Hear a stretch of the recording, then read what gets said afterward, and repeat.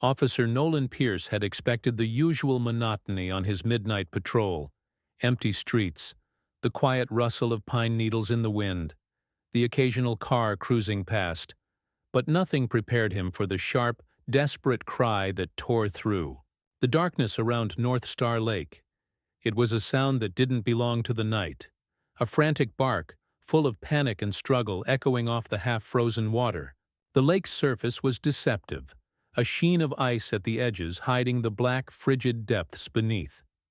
In the beam of his flashlight, Nolan saw it: a German shepherd fighting for its life, slipping in the icy water, its legs flailing as though the cold itself was trying to drag it under. Instinct took over. Without hesitation, he dove in, the shock of freezing water biting into him, and seized the struggling animal, pulling it toward the shore with every ounce of strength he had. What should have been a straightforward rescue quickly twisted into a tangled web of questions and danger. At the veterinary clinic, the truth revealed itself slowly and grimly. The dog was covered in scars, some old and deliberate, proof of repeated abuse. Even more chilling was the discovery etched inside its worn leather collar: a K9 registration, number thought to have vanished from all records. Questions bubbled. Who had owned this dog? Who wanted its past erased? And what secrets had almost sunk to the bottom of that cold lake with it? The answers would test Nolan's sense of justice, challenge his loyalty, and reveal the extraordinary strength of the bond between man and animal. Snow whispered like dry silk through the bare pine branches, settling softly over North Star Lake, muffling the world in a blanket of white. Birch Hollow, Washington was in the grip of a bitter December night, where the air felt thick, almost heavy in the lungs, and time seemed to linger like frost on the edges of reality. A thin veil of clouds hid the stars, and the pale, swollen moon cast a cold, silvery glow across the half-frozen lake. The center remained open, black and dangerous, the edges fragile ice that creaked and threatened collapse. Nolan was on his third lap around the Lake District, a part of town usually silent after 10 o'clock. At 37, he carried himself, with the quiet authority of a man who had seen too much to be easily surprised. Tall, lean, with a square jaw and calm, analytical gray eyes, he moved like someone who read the world in ways others could not. His dark brown hair, streaked with silver, peeked from beneath a well-worn Navy patrol cap. His uniform bore the wear of someone not merely enforcing the law, but seeking redemption, for himself, for others, for what had been lost. Tonight he expected nothing unusual. Birch Hollow rarely offered surprises. That changed abruptly when he turned off Crescent Drive onto Old Mill Road. The thin crust of snow under his tires crunched softly, the night quiet except for the sudden, piercing bark. Nolan froze, hand hovering over the radio. Another bark followed, urgent and low, slicing through the cold. Nolan's instincts snapped into motion. He cut the engine and stepped out, scanning the dark woods. Silence pressed in, thick and suffocating. Then came the bark again, panicked, desperate, drowning in distance and ice. He grabbed his flashlight, sprinting toward the lake. The bark bounced strangely through the trees, making it impossible to locate at first. Then came the splash. The water, supposed to be still, churned violently as the German shepherd fought against the freezing grip of the lake. Nolan's beam caught its ears, breaking the surface, its head barely afloat. "Oh, God," he muttered, dropping his radio. Sliding down the bank, his boots hit the icy edge as the dog's frantic, muffled cries filled the air. It was exhausted, shivering violently, unable to climb onto the thin, broken ice. Nolan stripped his utility belt and ran straight into the water, ignoring the shock of the freezing depths biting at his body. Every muscle screamed, his lungs burned, but adrenaline surged as he reached the struggling animal. The shepherd sank again, feebly paddling, and Nolan lunged, catching it by the scruff of its neck, looping his other arm beneath its chest. Inch by inch, he dragged them toward the shore, boots catching on rocks, jacket soaked and heavy as lead. Finally, he collapsed on the snowbank, the dog limp but breathing raggedly.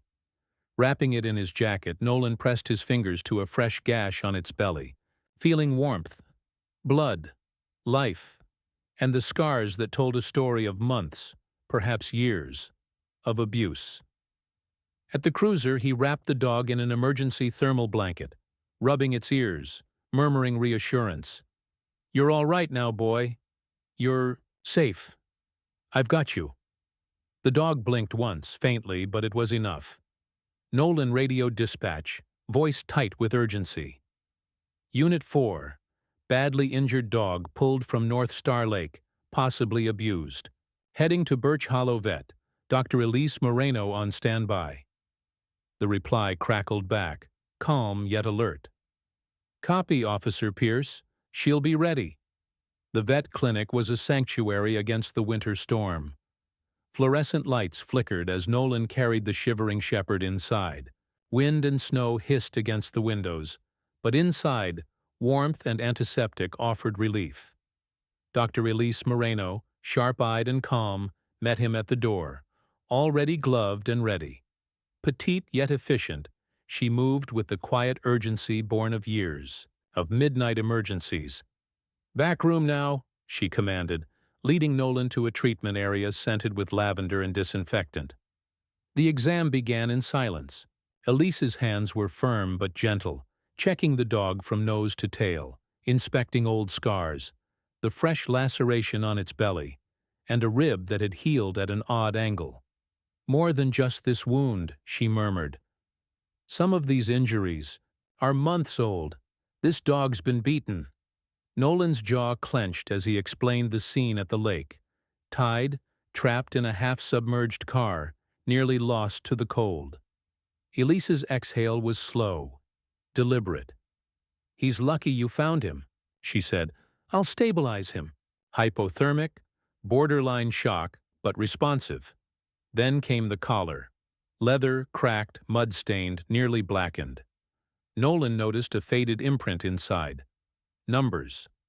K98219W. His stomach tightened as he photographed it. Elise continued with the IV and antiseptics while Nolan stepped into the hallway, fingers flying over the state K9 registry system. Within moments, the record appeared. WSP K98219. Name, Rex, age, 10. Status, missing in action. Last assignment, narcotics, task force, Spokane Division. Reported lost during a warehouse raid. Presumed dead. Nolan stared at the screen, lips parted. He returned to the room, holding up his phone. His name was Rex. He was a state K9, missing for nearly a year. Elise looked up from stitching the belly wound. Someone must have known that. And yet, they dumped him like this. Nolan's eyes moved over, the dog's face, now a little more relaxed under sedation, his breath slower but steady. "This wasn't just neglect," he said quietly. "This was a rare." A soft knock sounded at the clinic door, and a familiar voice called through, "Nolan, you in there?" It was Gus Halverson, a retired train conductor, and one of the town's oldest residents. Gus, well into his 70s, stood with a cane in one hand and a stack of worn papers in the other. He had thinning white hair, a wrinkled windbreaker, and eyes, as sharp as ever, despite the passage of years. Gus had a reputation for being a bit of a conspiracy-minded fellow, but also for noticing things others didn't. "I heard the scanner," Gus said as Nolan opened the door. "Heard something about a dog in the lake. Figured it might be connected to this." He thrust the stack forward. Nolan glanced at the papers. Flyers, hand-typed, poorly copied, some torn, all of them listing photos of working dogs, German shepherds, Belgian Malinois, labs, some police, some therapy, all marked as missing. "Past 8 months," Gus muttered. "Not just in our county. 3 in Greystone, 2 more in Pine Ridge, not one found." Elise looked up from the treatment room. "You think there's Apatern?" I think there's something we're not being told, Gus said grimly. And if I'm right, this ain't the first time someone tried to make a dog disappear. Before Nolan could respond, his phone buzzed. Mayor Colton Briggs. He hesitated, then answered. Pierce. Aslow, clipped voice replied. I heard you fished a dog out of the lake. Yes, sir. And that it had a working collar. Yes. A pause. I suggest you tread carefully with this one, Nolan. If that's a state K9, there will be paperwork and press. We don't need Birch Hollow in the headlines for some botched narcotics case.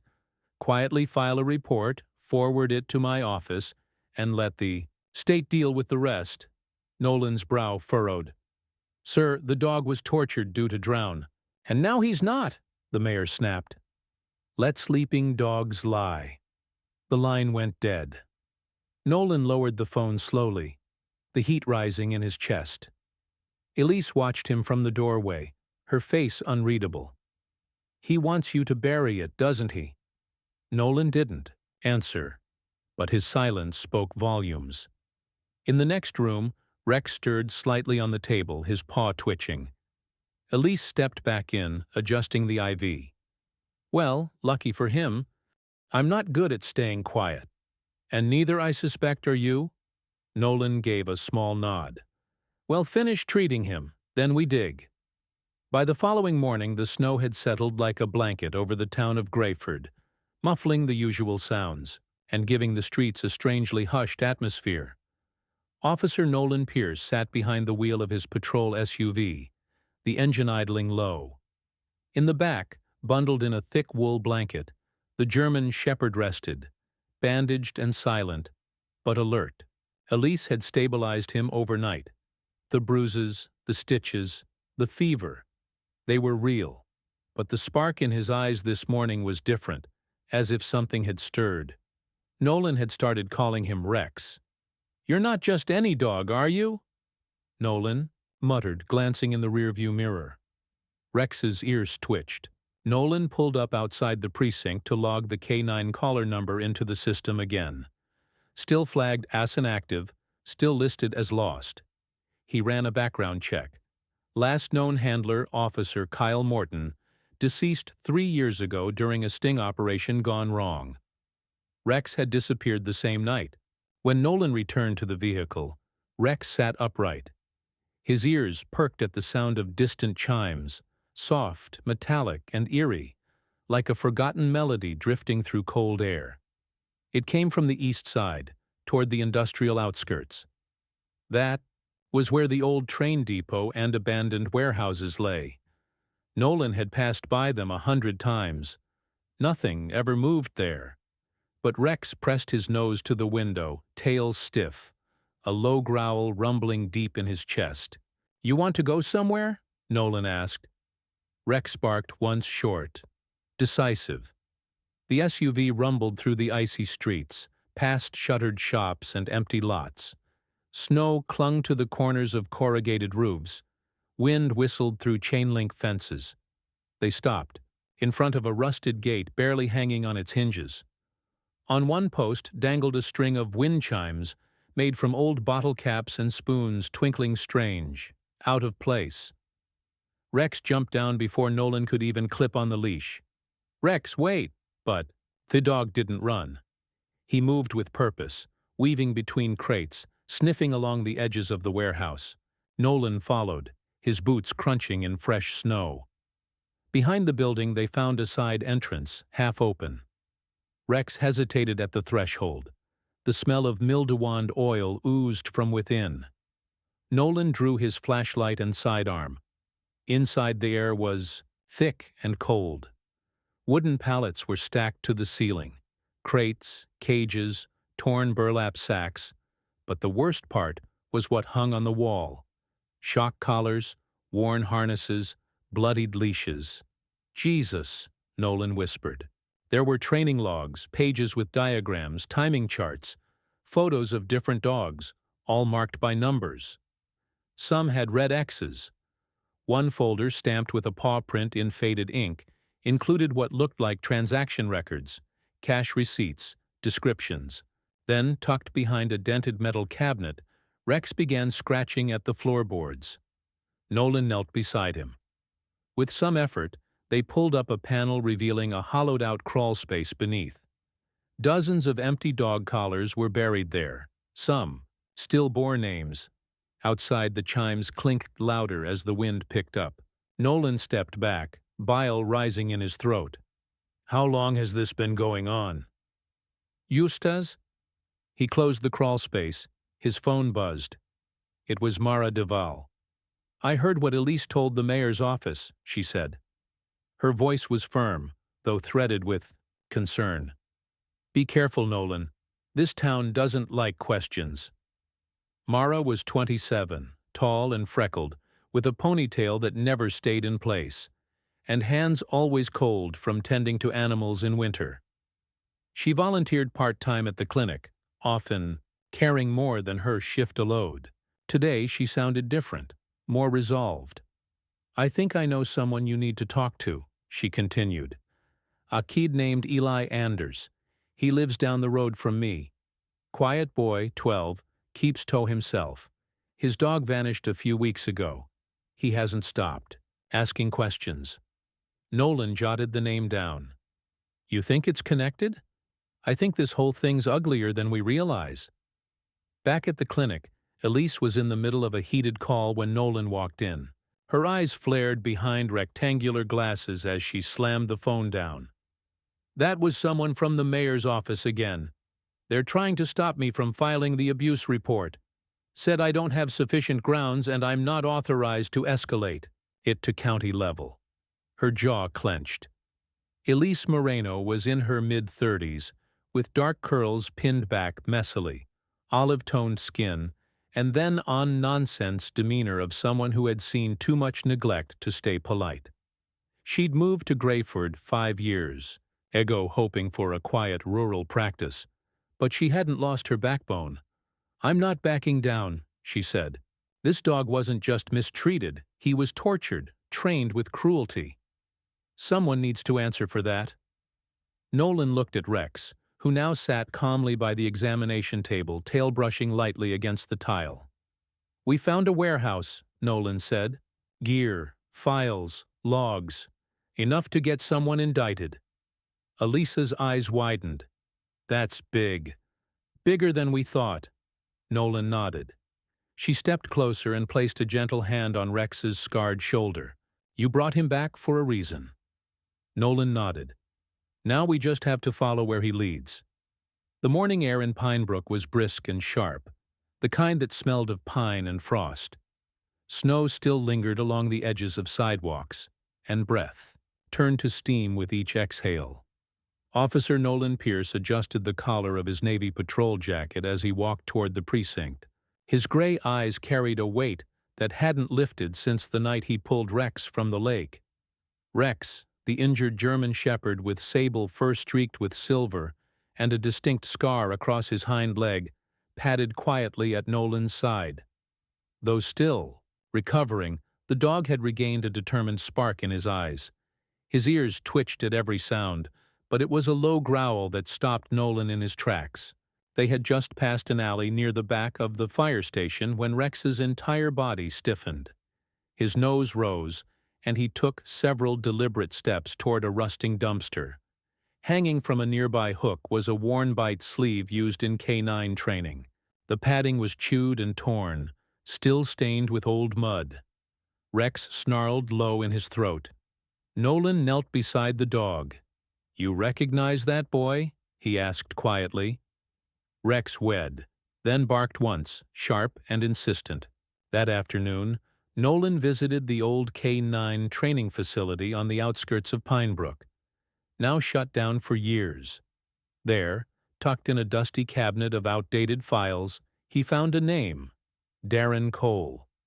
Once a lead trainer, Darren had been discharged for violating conduct, specifically for reports of excessive force against dogs during training. Nolan ran the name through the system. No current address, but a work alias showed up: Eric Jennings, listed as the property manager of a storage yard on Meadow Ridge Lane. 2 names, 1 man. Later that evening, Nolan stood in the shadows across from the storage yard. He wore a black beanie, off-duty clothes, and watched silently from behind a snow-dusted pickup. Rex lay at his feet, ears alert. The sound of a metal chime clinking in the wind. A small iron bell mounted above the office door made Rex's head jerk up. The dog stood, his nose lifted, tail stiff, and he began growling again. The same reaction as in the alley. From the side entrance, a man stepped out. Mid-40s, tall but wiry, with sunken cheeks and short black hair turning to gray at the temples. He wore a faded camouflage jacket and held a lit cigarette between two fingers. Rex let out a low whimper, almost like a warning. Nolan's heart sank. "That's him, isn't it?" he whispered to the dog. Rex pressed forward, but Nolan held him back. This wasn't the time. Not yet. Meanwhile, across town at Pinebrook High School, Mara Duval stood in front of a crowded lunch table with a clipboard in hand. She wore a forest green parka over her volunteer uniform and spoke with a passion that lit her pale blue eyes. "Every signature counts," she urged. "We're not just saving one dog. We're sending a message. This town won't tolerate cruelty." The students responded well, especially the art club kids who had made posters with slogans like "Protect Paws," "Punish Cruelty," and "No More Silence, No More Chains." Back at the senior center, Gus Halverson was already onto his own mission, the retired postmaster. Always in his tan wool coat and flat cap, gathered his closest friends, 4 men in their 60s and 70s who once served in different public offices. They called themselves the Snow Angels, partly joking, partly serious. They started noting down unfamiliar license plates in the area and set up a WhatsApp group where they shared suspicious sightings. Gus even got Mara to teach him how to upload photos from his phone. "Evil hides in plain sight," he muttered, holding up a zoomed photo of a van parked too long behind a feed store, but not from old men, with nothing better to do. At the veterinary clinic that night, Elise Moreno leaned on the counter, exhausted. Her lab coat was stained from the day's surgeries, and her dark curls had long slipped from the bun she'd tied that morning. Still, her eyes were sharp as ever. She had just hung up after another tense call from the mayor's office. "They want me to stop talking," she told Nolan when he arrived. "Told me to focus on current patients and not dig into the past." Nolan didn't look surprised. "They're scared it'll ruin Pinebrook's image," she scoffed. "I don't care about their image." "That dog," she pointed at Rex, who was now lying peacefully under the clinic's heater, "deserves justice." Nolan nodded. Then he told her what he'd found. The alias, the bell, the bite sleeve, the man who vanished from records but hadn't really left. Elise listened silently, then whispered, "Rex didn't just lead you to a place. He led you to a man." The next morning, Nolan drafted a request for a quiet investigation into Darren Cole, under the alias Eric Jennings. But it was Gus who gave him an unexpected lead. He arrived at the precinct with a shaky photo taken just an hour earlier. The man from the yard loading several crates into a nondescript van. "Look familiar?" Gus asked, raising a brow. Nolan stared. "That's our guy." Rex barked once, and the sound was clear. It wasn't just recognition. It was memory, and this time they wouldn't walk away. Snow blanketed the quiet roads of Pinebrook, muffling the town beneath a heavy hush. The sky was the color of steel, and the wind carried a promise of more flurries to come. Officer Nolan Pierce stood at the edge of Meadow Ridge Storage Yard, his breath misting in the frigid morning air. His Navy patrol uniform was layered beneath a black tactical vest, and his gray eyes scanned the yard with precise calculation. Beside him, Rex stood alert, nose twitching, tail rigid. The 10-year-old German shepherd, with aceable and silver coat, bent left ear, and old scar across his hind leg, had become more than just a companion. He was now the linchpin of the operation. He had sniffed out the danger once before, and Nolan trusted his instincts more than most men's reports. Deputy Carly Benton, a sturdy woman in her mid-30s, with chestnut hair tucked beneath a tactical helmet, approached quietly. She had a straightforward, non-nonsense demeanor and was known for her calm under pressure. "We've got units covering the West Gate," she whispered. "Sheriff's on standby, just waiting on your signal." Nolan nodded. "We move quiet. If he's half as paranoid as his file says, he's watching us already." Rex growled low. Then he froze. His head tilted toward the office door, eyes narrowed, body tense. Nolan followed his gaze. A faint hum like a buzz, barely audible over the wind. Rex took 3 steps forward, then stopped at the edge of the concrete stoop. He barked once, sharp and deliberate, and looked directly at Nolan.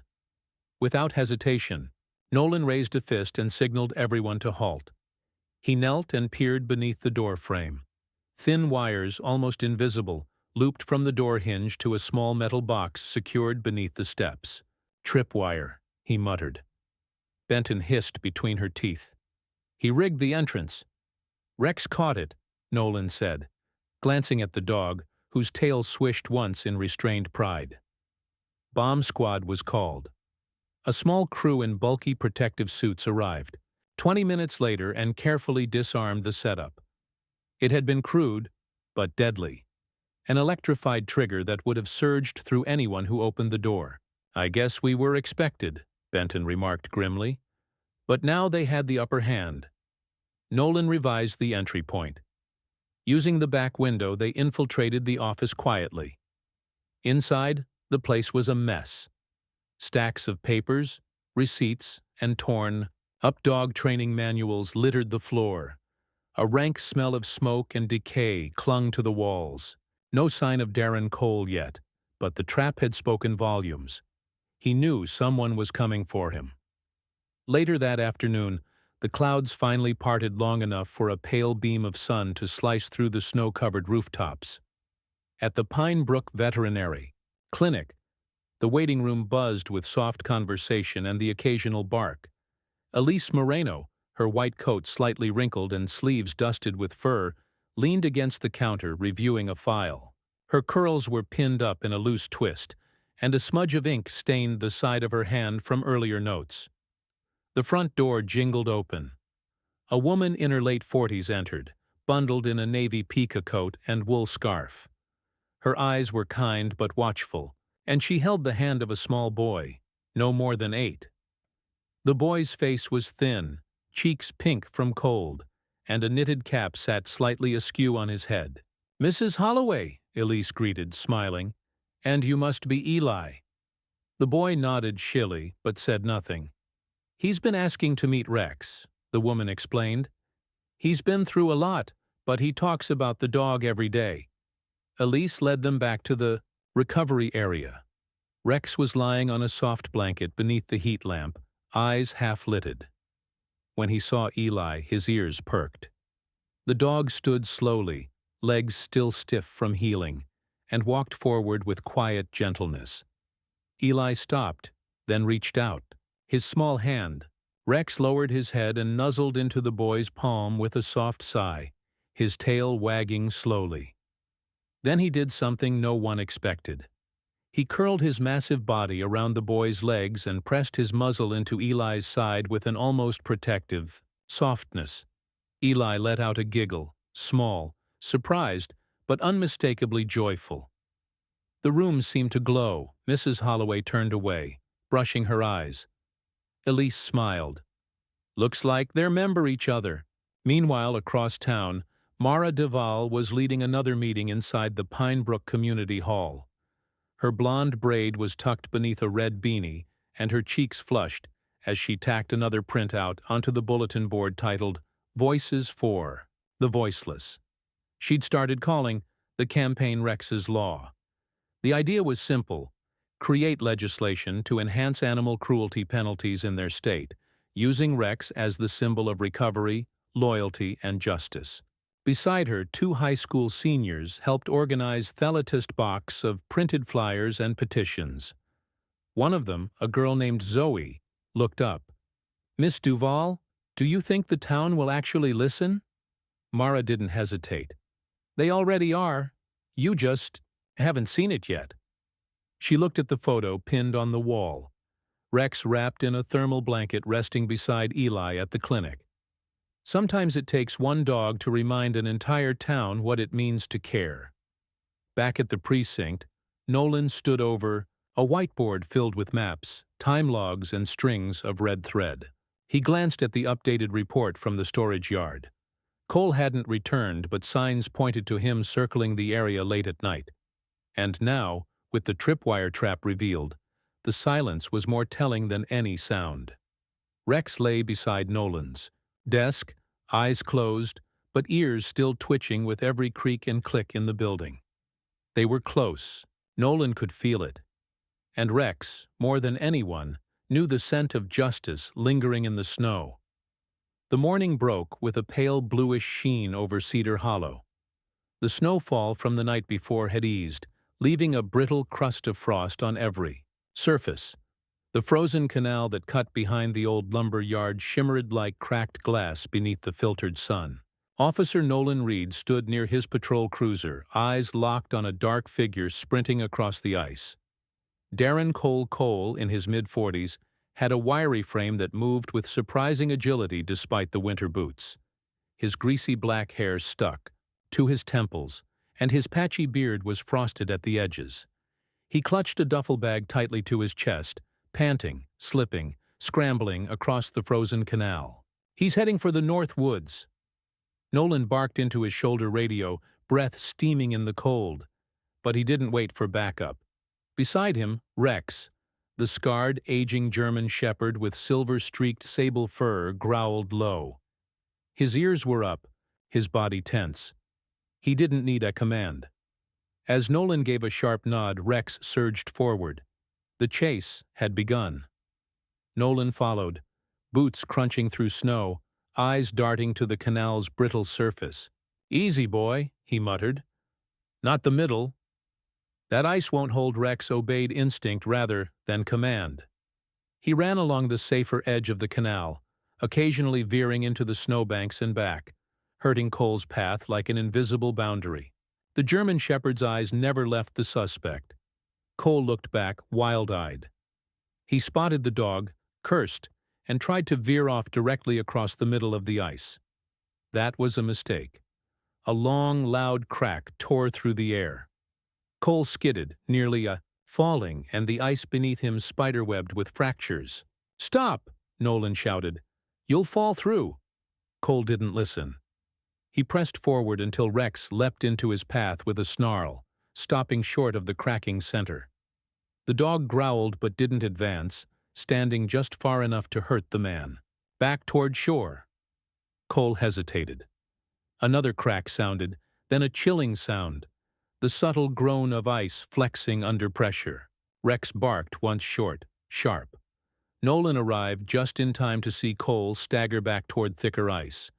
He rushed forward, skirting the edge, hands ready.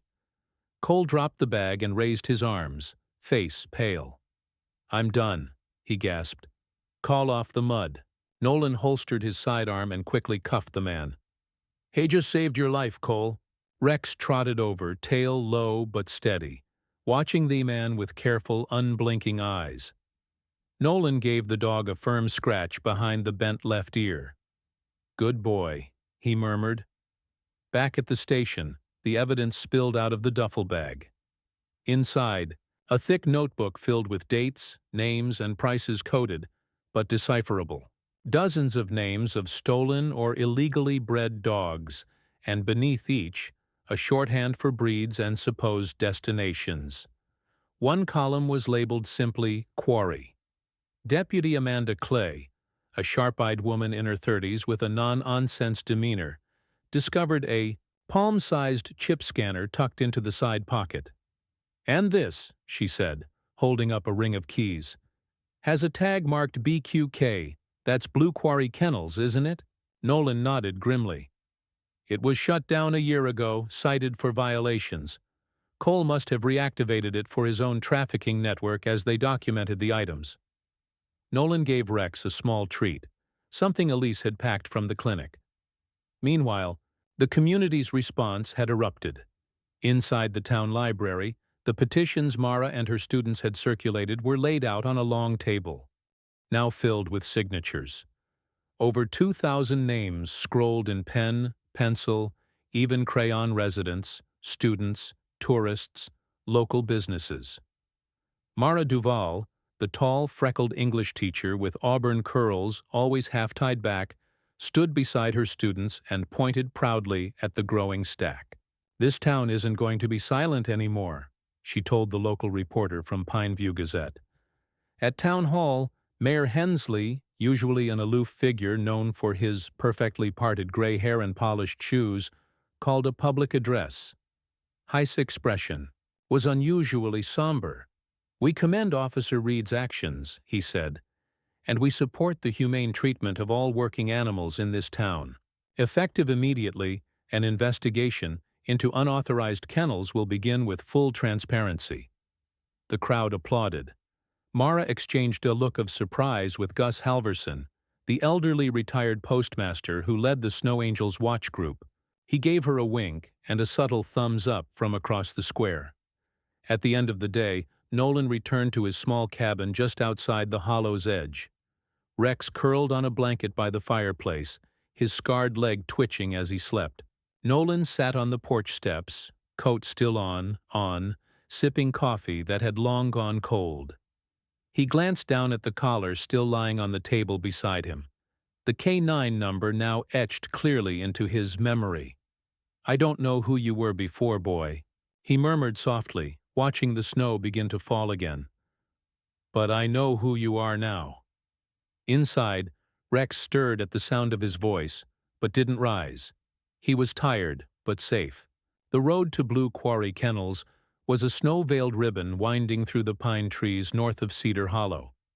The forest stood in mute witness, its limbs heavy with last night's snowfall, as Nolan Reed's cruiser pulled in just after dawn. Behind him, 2 additional vehicles from Pineview County arrived, tires crunching over the icy gravel. This was no longer a quiet investigation. It was a raid. Rex, seated in the passenger seat with his thick sable and silver coat bristling, growled low. As soon as the building came into view, the once legitimate kennel had long been shuttered to the public, but its corrugated gates now bore signs of tampering, rusted padlocks, a security camera dangling loose by a wire. A faint odor, metallic musty, wrong seeped even through the cold. Nolan adjusted his utility belt and stepped out. He gave the silent signal. Deputy Amanda Culley and Officer Royston flanked him. Amanda, sharp-featured and confident, held her sidearm steady. Royston, a younger officer with a serious expression and tight blonde buzz cut, nodded once and kicked the side door in with precision. Inside, the air was thick with ammonia and fear. Rows of cages stacked, rusted, and overfull lined the concrete. Walls. Whimpering came from nearly every direction. Some dogs barked frantically, some shrank into corners, others were motionless with defeat. They varied in sea, breed, and age, but all bore signs of neglect. Mange, scar tissue, missing patches of fur. Rex moved first. He didn't bark. He didn't hesitate. Head low, he padded forward with purpose, weaving past the cages until he reached the hallway at the rear. His nose twitched once, twice, then he stopped, in front of a metal cabinet with a broken lock. Nolan hurried over. "He's onto something." He wrenched the cabinet open.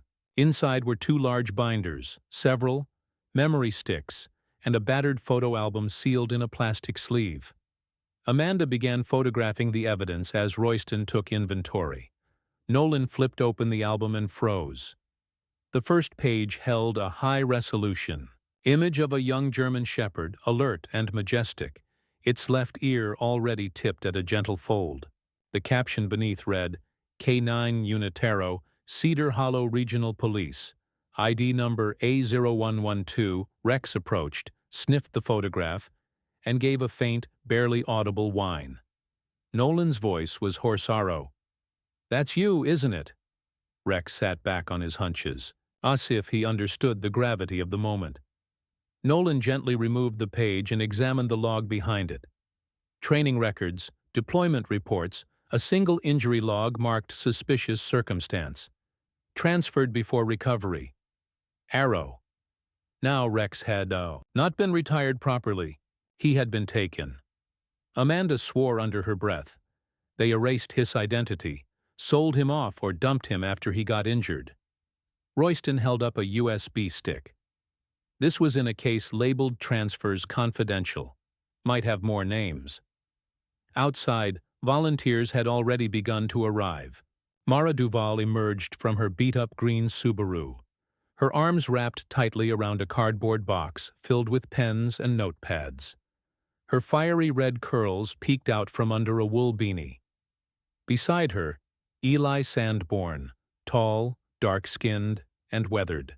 From years of farming, carried a large dry erase board with the words, "Help us name them," scribbled in bold marker. "Thought it was time," Mara said, voice firm but kind. "These dogs deserve their names back." They set up a table near the edge of the parking lot. One by one they began logging photos of the rescued dogs, attaching labels like Golden Mix, right ear nicked, or White Husky, blue eyes, red collar. Townspeople started trickling in, including retirees, teenagers, and families with toddlers. Many brought supplies, blankets, bags of kibble, plastic dishes. Gus Halverson, now wrapped in his old postal uniform jacket and holding a hand-sewn quilt, grinned as he handed it over. "For the shivering ones," he said. "My wife stitched it last night." A local baker named Jeanette sat down a tray of cinnamon rolls on the table. "Dogs don't eat these, but people rescuing them sure do." Mara and Eli worked tirelessly, taking names, cross-referencing any microchip data Amanda's team had started scanning, and pinning photos on the found board. Back inside the kennel, Nolan and Amanda found more damage evidence. Dozens of forged adoption papers bearing the same notary stamp, fake microchip entries, altered veterinary records. One page listed the transfer amounts in cash, some upwards of $10,000 per purebred. "I want this whole operation shut down," Amanda said, her tone razor-sharp. "And I want the notary identified." They loaded the documents into sealed evidence containers and prepped the building for further investigation by Animal Control and the FBI's Animal Trafficking Division. Nolan knelt beside Rex again, holding up the photo of Arrow. "They tried to erase who you were," he whispered. "But you never forgot." Rex blinked slowly, eyes calm but alert, his chin resting gently on Nolan's knee. By late afternoon, the storm clouds had cleared. The front gates of Blue Quarry Kennels stood wide open, and a dozen kennels had been converted into makeshift warm shelters using quilts, hay, and heating pads from the community. The dogs that could walk wandered cautiously, sniffing the snow. Some leaned their weight against volunteers as if trying to remember what safety felt like, and near the edge of the property, one shepherd sat a little taller than the others, gray-muzzled, scarred, and calm. Rex watched as each dog was given a name or reunited with a human who had lost them. He didn't move from Nolan's side. "You brought Usher," Nolan murmured, "and now we know the truth." A new photo was pinned beside the one marked Arrow. This one showed Rex, older now, noble and vigilant. Someone had scribbled a new caption beneath it. "K9 Arrow returned to honor." The first rays of light stretched across North Star Lake, casting golden streaks on the shimmering surface of the water that had yet to freeze. Mist curled gently over the lake's edge, brushing the faded dock, and the trees now bare of their autumn coats. For the first time in weeks, the air was still, not tense, not bracing for a storm, but quietly waiting. Sheriff Nolan Hart stood at the water's edge, hands in the pockets of his worn patrol jacket, his breath visible in the chilled morning air. His eyes rested on Rex, who now sat tall beside him, a fresh silver tag glinting at his neck. It read simply, Rex, Arrow, Home. The dog's posture was proud, but his gaze was soft. Trained on something in the distance, the white truck parked further up the trail, where a boy was planting a wooden sign into the frosted ground. Darren Cole had confessed to everything the night before. The documents retrieved from Blue Quarry. Kennels were undeniable. Falsified chip records, transport logs, forged euthanasia paperwork. The names of over 20 dogs were matched to missing reports from around the state, and video surveillance recovered from the warehouse sealed the case. When Cole realized the weight of evidence stacked against him, and that his former K9 Arrow was now the very dog that brought him down, he had finally surrendered without a word. The sting operation had uncovered accomplices, supply routes, and even a buyer list stretching beyond county lines. The ring was gone. Back at the precinct, Rex had been quietly rechristened. The staff gathered as Nolan knelt and fastened the new tag to his collar. A quiet ceremony not for the press but for family. "You're home now," Nolan had whispered, and Rex, for the first time, had wagged his tail fully. No tension in his body, just acceptance. That morning, the town had woken to celebration and resolve. Mara Duval stood on the steps of City Hall holding the signed parchment, the Animal Welfare and Enforcement Act of 2025, now an official ordinance of Pine Haven. Her voice was hoarse from late-night meetings, but her spirit was steady. Around her were the students who had walked door to door, the elders who had written letters, and Elise from the clinic who wiped a tear from her cheek as the crowd erupted into applause. For Mara, it wasn't just about this law. It was about what had grown from it: solidarity, awareness, and something intangible but strong: hope. Elise had already converted the back half of her veterinary practice into a rehabilitation center. Blankets were stacked in neat cubbies, chew toys arranged on shelves, and a sign above the entrance read, "Second leash on life." She'd recruited volunteer students, retirees, even former clients to help with the recovery and training of rescued dogs, including Rex, who now served as a calming presence for the newly arrived. Inside the kennel that once held him in darkness, there were now names painted in bright colors: Buddy, Luna, Tasha, Bolt, and more. Dogs who had once been forgotten now had purpose. Some were already adopted, others, still healing, learned how to trust again under Elisa's gentle guidance. Meanwhile, Gus Rutherford had taken his cane, his stubborn attitude, and his deep love for snow angels, and turned the group into a permanent volunteer squad. They met every Thursday at the community center. Their mission: patrol during snowstorms, report abandoned animals, and support Elisa's facility through food drives. What began as old men with binoculars now resembled a grassroots force of compassion.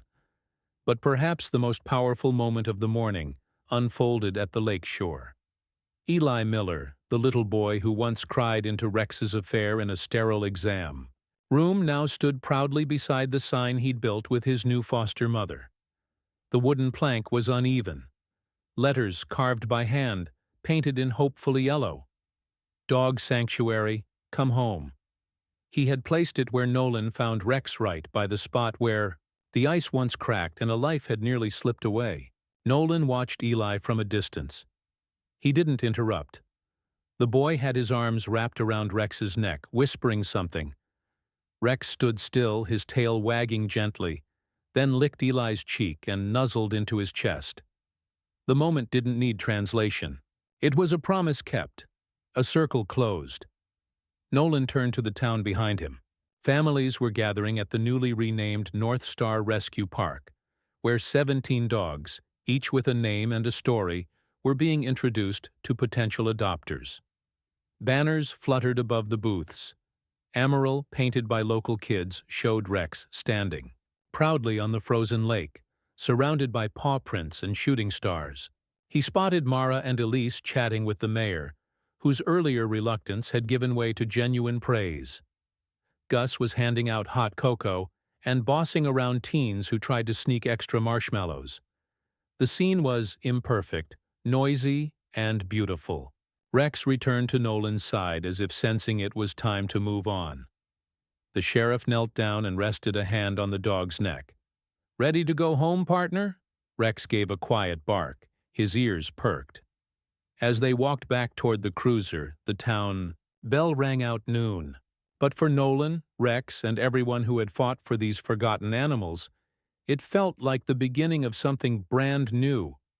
Sometimes miracles don't come in flashes of lightning or booming voices from above. Sometimes they arrive on four legs, with tired eyes and a scarred past leading us through the cold towards something warmer, something holy. This story reminds us that redemption is not just for people. It's for every creature God breathes life into. Rex, once forgotten and discarded, became a beacon for truth, healing, and home. Just like how God never abandons us, Rex never abandoned the mission. Through his loyalty, courage, and quiet strength, lives were saved, hearts were changed, and a town found its purpose again. In our everyday lives, we may walk past hurting souls, animal or human, without noticing.